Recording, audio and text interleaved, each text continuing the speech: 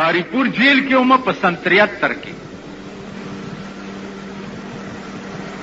نو د اختر راغی، وړوکی اختر دی، قیدیانو پسې کور نه چا پسې وریجې راغلی، چا پسې څه راغلی، چا پسې څه راغلی. مونږ کې یو ملګری و، هغه پسې چرګان راغله، هلک غوړو. چې چرګان راغله نو سهار زه د هغې بارک ته ورغلمه. چې ورغلمه نو یو چرګ اوس بانګ ته ځان جوړی،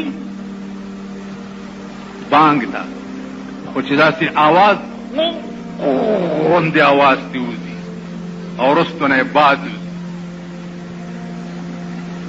نو ما هغه ملګرو ته ویل چې هلکه دا چرګ خو ناجوړه دی، حلالې کوي.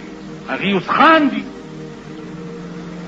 چې خاندي نو ما ته مال ولې غلطه خبره مې وکړه چې ناجوړه دی، حلالې کوي. ویل ناجوړه نه دی، مونږ سره یو سړی و چې ډېر ټوکي و، د دې 400 و، ډېر ټوکي و. دې چرګ چېرته د شپې بانګونه وي نو هغه یې خوب ته نه پرېښود. نو هغه تیلو بوتل راغستی دی او دې چرګ له یې وروستو دا د لوی او دسماتي ځای یې غوړ کړی دی. نو چرګ به چې زور ځان له کولو نو وروستو به ترې باد وته. اوس به ځان ته خیال کوئ چې هغه د چرګ ورونه نه دي که نه دي. ما ته وی چې ده ته بیګا فلاني خان دا چل کړی دی.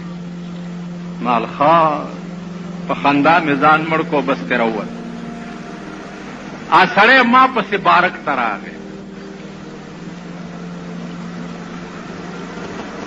چې راغی ما ته مولانا مالی ها ویلې دا ستا ملګری نه دی دا مولا؟ نو مونږ 4 مولیانو په جیل کې او 400 را سره نور قیدیان.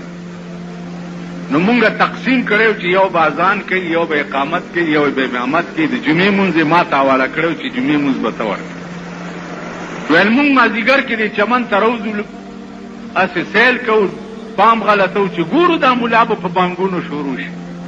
ده سره مې چا د چرګ کار نه کړی پرېږدمی نه، دې مولا سره ما سړي توب زده کړه.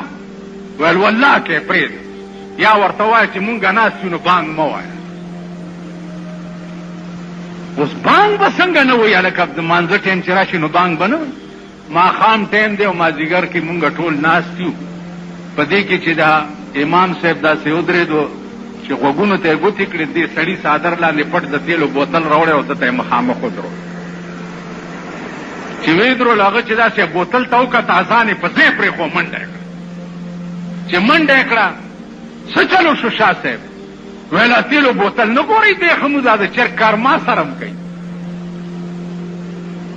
نیمه ګنټه مونږ مونځ نه شو کولی. خیالم راغی. نو خبره دا ده چې دا ډېر پوه حکومت دی. څوک چې اذان لذان جوړ کړي وروستو نه ورته په تیلو دا خاص ځای غوړ کړي. یو ګیدړ په پټي کې ګرځېده، ګیدړ.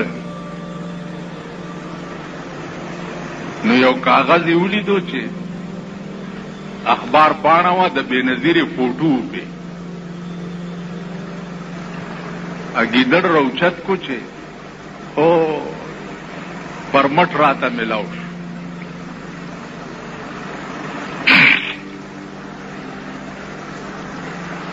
ټول ګیدړان یې را جمع کړل. ویلې پرمټ راته ملاو شو چې ګیدړان هر څومره چرګان وخوري څوک به ورته غږ، سپي به ورته غږ نشي کولی. ګیدړانو ویل ها؟ ویل او دا وګورئ دا پرمټ. په هغې واقع د وزیر اعظم فوټو. ویل راځئ د فلاني کلي کې چرګان ډېر دي. چې په کلي ورغلي دي، په چرګانو باندې دا کلي سپي ورپسې شوي. چې سپي ورپسې شوي، چا ګیدړ نه یې غوږ خوړلی دی او چا نه یې لکۍ خوړلې ده او چا نه یې خپې خوړلې دي. او ګیدړانو منډې کړې.